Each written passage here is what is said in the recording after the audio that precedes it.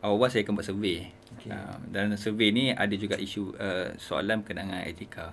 First saya akan tanya penggunaan ChatGPT ataupun AI apps ni untuk individu macam mana kan. So majoritinya boleh katakan sekarang ni lah, walaupun tua muda, dan majoriti dah boleh katakan few times a week ataupun kadang-kadang every day. Itu majoriti dari segi survey lah kan yang saya buat. So nampak trend tu dah sama. Jarang lah yang kata tak pernah guna lah semua kan. Adalah mungkin seorang dua tapi jarang lah.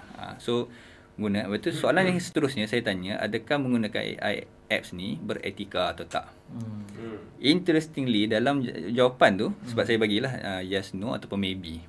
Interestingly no selalu jarang lah. Yes banyak. Majority ni ialah maybe. Dalam arti kata lain, dua ni lah saya kata memang trick question dah boleh katakan lah. Sebab atas tu saya tanya penggunaan macam mana, orang kata banyak guna. Tapi bila sebut pasal etika ni maybe.